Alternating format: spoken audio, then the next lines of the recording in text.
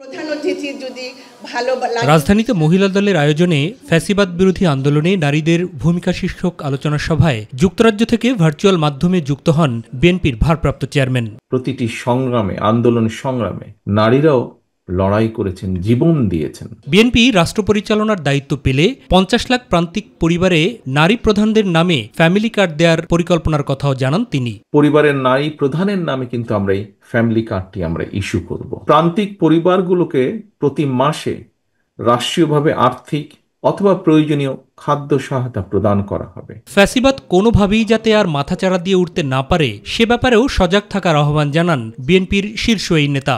দেশে যাতে আর কোনোভাবেই আর কোনোদিন ফ্যাসিবাদ, উগ্রবাদ, চরমপন্থা মাথা চাড়া দিয়ে উঠতে না পারে, এই ব্যাপারে বিশেষ করে নারী সমাজকে অত্যন্ত সতর্ক এবং সজাগ থাকতে হবে। শহীদের কাঙ্ক্ষিত বাংলাদেশ গড়তে ঐক্যবদ্ধ থাকার উপরও জোর দেন তারেক রহমান। একটি ইনসাফ ভিত্তিক গণতান্ত্রিক নিরাপদ বাংলাদেশ প্রতিষ্ঠার মাধ্যমে শহীদদের আত্মত্যাগের প্রতি সম্মান জানানোর জন্য আমরা ঐক্যবদ্ধ থাকি।